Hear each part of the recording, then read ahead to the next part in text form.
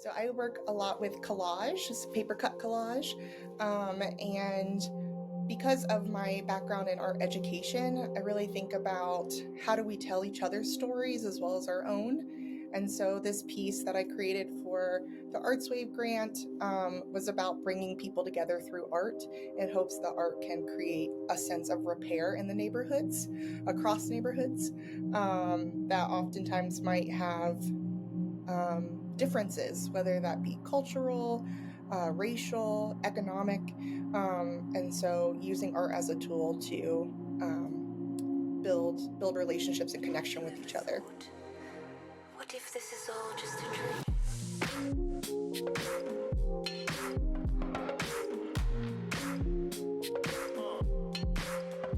Have you ever thought? My name's Sarah Rodriguez. I'm an artist and art educator in the Cincinnati region. I'm currently the academic advisor for the Art and Design Department with the School of the Arts at Northern Kentucky University. And I'm here to talk about the ArtsWave Black and Brown grant for 2024.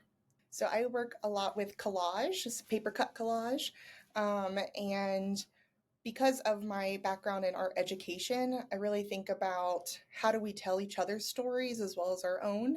And so this piece that I created for the ArtsWave grant was about bringing people together through art in hopes that art can create a sense of repair in the neighborhoods, across neighborhoods, that oftentimes might have differences, whether that be cultural, racial, economic, and so using art as a tool to build relationships and connection with each other.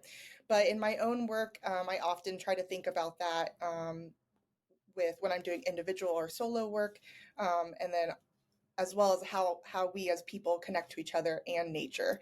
And so in the piece, it's very landscape based as well. So with the patchwork piece, it's a community arts project, and I used large sheets of paper that were shaped like some of the West Side neighborhoods, and that went across Sailor Park, Riverside, Sedamsville, Westwood, Price Hill, and Delhi Township. And then they were in big sheets of paper that were just like the topographical map. And then those pieces were taken to different workshops in those various neighborhoods and collaged on top of with lots of different colorful paper.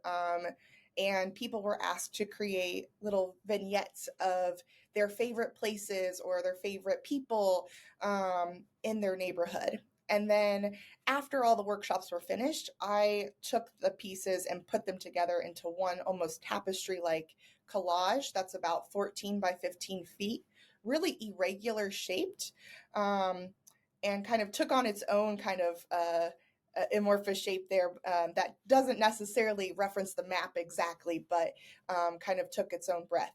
And it's very colorful and really showcases those individual neighborhoods. And then I individually collaged specific landmarks to really kind of bring and landscape to kind of bring the pieces together. The inspiration for this piece was my background in art education, as well as I recently, in 2023, did a project with the Cincinnati Children's Hospital in Kohler Design, and that project was really amazing because I got to take my collage pieces into the hospital and work with patients and their families to collaborate on the pieces. And so kind of a combination of community programming through art education, and then that project with the hospital kind of gave me the idea for how I can create this programming with my own work and my own techniques that I use, but do it on my side of town. So I'm a West Sider, a transplant, but I love the West Side. It makes me think of my hometown. And I wanted to celebrate the people that are my neighbors and get people who are making art make art and help them be creative, even if they might not do it all the time. So it was really fun to kind of bring people together in this way and use art as a tool to do that. So that's kind of what spurred the idea is just a love for the West Side and making art with people.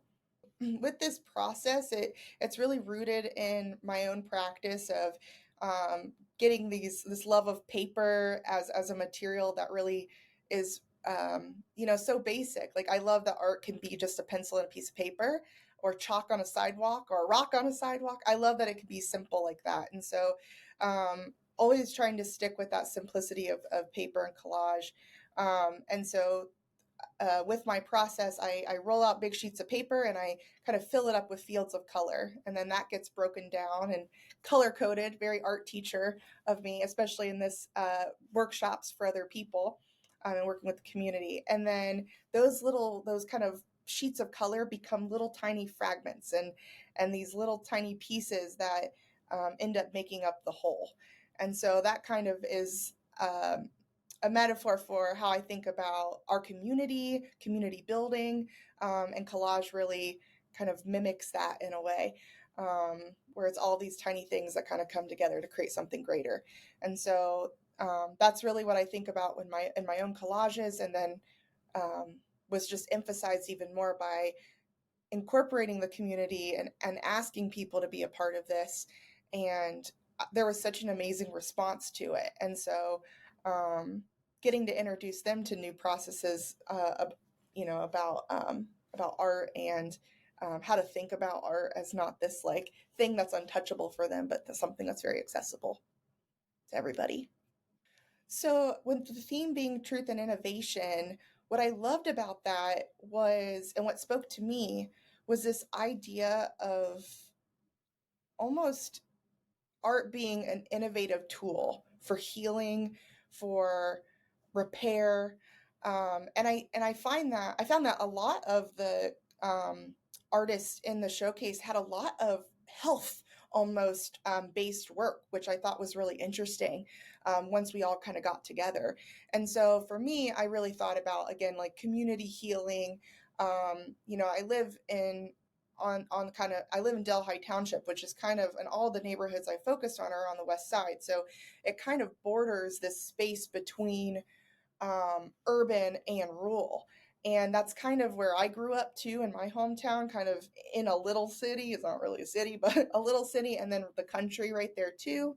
And so kind of seeing those spaces between, maybe people of more Appalachian descent, people of more Black and Brown descent, um, and that kind of thing. And so seeing those neighborhoods and seeing where there's kind of like this in a lot of places in Cincinnati, there's kind of these divides that happen. And so again, trying to use art as a way, as an innovative tool to create connection across those diverse neighborhoods and bring people together through that. So I love that at the end of this, that people who participated, or even just West Siders in general, can go up and say, oh my gosh, I know where that place is. Oh, I love how they did that because I recognize it, or I made that one. And so it really creates this back and forth conversation with people who may not have been able to have a conversation before. So that was kind of I think location and place is so important to me in my work, that it made sense to do something that really represented the uniqueness and vibrancy of the West Side neighborhoods. The one thing I would want people to take away from the piece is knowing that you can be creative even if you don't think you are, to not be afraid to talk to your neighbors and organize independently, to do just fun things too, as well as if you have initiatives that you want to take. But that art is really a powerful thing that can bring us together. It's a very human thing, and we all have a creative bug even if we don't think we do. So don't be afraid to put yourself out there and get your hands a little messy. I think my truth that's expressed through the piece is really, part of my identity. My dad is from Mexico, and I grew up in, more rural white Ohio. And so I think that my truth is really the truth of a lot of people in my neighborhood, a lot of people in our country, where we come from different backgrounds, and that makes us who we are. And so I think my truth with this project is really allowing other people to be expressive. And through that, they allow me to be expressive of myself.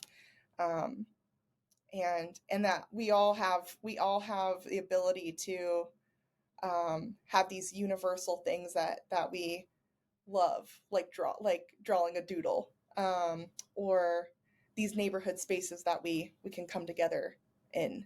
So yeah, thank you. That's a great question. I hope they get a sense of wonder. I think sometimes like the West Side, it has people are love it so much, and it has so much a lot of families like that's their spot, and I hope that people it gives people an insight into the West Side, and they come like feel curious about different places and spaces there and people, and that they want to come and explore on our side of town. But then also that they just get excited about seeing their city represented, or even just a part of it represented um, in a gallery space, because I love Cincinnati so much. It's just been such a beautiful home for me. And I love the arts community here. So I think it's a perfect representation of those two things together. Oh my goodness. Where is the piece going to live after this exhibition? It doesn't have a home. So if anyone has any ideas, please reach out. I think I would love to keep it on the west side. I think we need a big wall to really house it. I've considered what it would, and I've kind of been in conversation with people over the last week about what it would be like for the piece to be in different places. I work at a university, so it might be maybe we can have it in the library for a little bit, or we can do maybe the public library would take it for a little bit. So it could move around, but it also takes funding. So I'm a little bit, unsure of where it will live. Hopefully not like rolled up in like a burrito in my garage. That's the goal, to avoid that. But I would love to see it hanging in a public space where people can enjoy it anytime they want. Um, so again, if anybody has any ideas, I'm open to and flexible to those for sure.